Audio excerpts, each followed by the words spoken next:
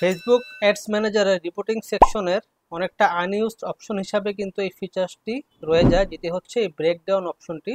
কিন্তু এই breakdown option থেকে আপনি কিন্তু নানান ধরনের জিনিস কিন্তু আপনি চাইলেই বের করতে পারবেন। আমি কিছুদিন আগে আমার একটি ক্লায়েন্টের একটি সেন্ড মেসেজ ক্যাম্পেইন চালিয়েছিলাম।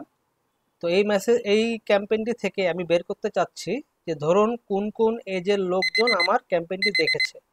তো সেটি দেখার জন্য আমি যদি অ্যাড ম্যানেজারের রিপোর্টিং সেকশনে এসে যদি ব্রেকডাউনে এসে ক্লিক করি, এখানে আপনি দেখতে পারবেন আপনি day, gender, platform, age wise সব দেখতে পারবেন। তো চলুন আমরা প্রথমে এজটা সিলেক্ট করি।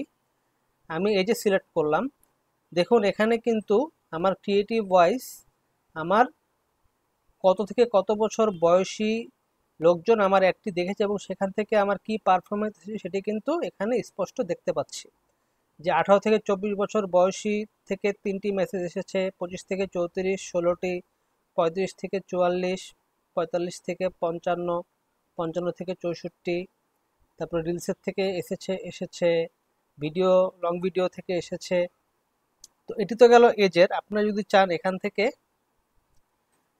আপনি জেন্ডার ওয়াইজ দেখতে পারেন, যে সাপোজ ছেলে মেয়ে বা ম্যান উইমেন কারা আপনার একটি দেখেছে, সেটাও কিন্তু আপনার এখান থেকে যে ফিমেল 14টি, মেল 22টি, এভাবেও দেখতে পারেন।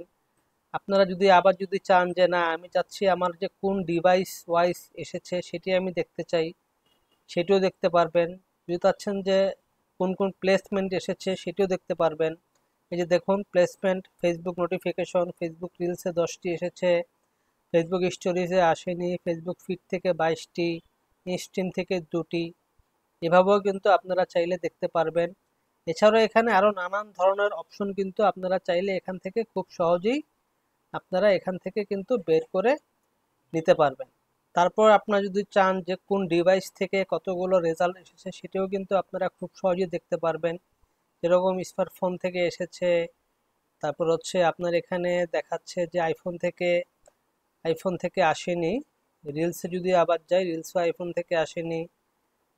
ঠিক আছে, তার মানে আমরা বুঝতে পারলাম যে আইফোন থেকে কিন্তু আসলে আমার এই স্কুলের জন্য অ্যাডমিশনের লোকজন খুব কম আসলে এখানে অ্যাট্রাক্ট হচ্ছে। তো সেই অনুযায়ী কিন্তু আপনি আপনার অ্যাডের টার্গেটিংগুলোকে কিন্তু চেঞ্জ করে রাখতে পারবেন। এখানে আরও অনেক অপশন আছে, আপনারা চাইলে আপনাদের ক্রিয়েটিভগুলোও কিন্তু এখান থেকে চেক করে নিতে পারবেন।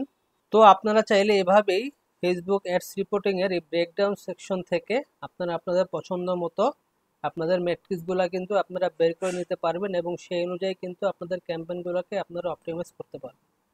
পরবর্তী ভিডিওতে নতুন কোনো টপিকে দেখা হবে। আজকের মতো বিদায় নিচ্ছি। আমার চ্যানেলটি সাবস্ক্রাইব করে দেবেন। আসসালামু আলাইকুম।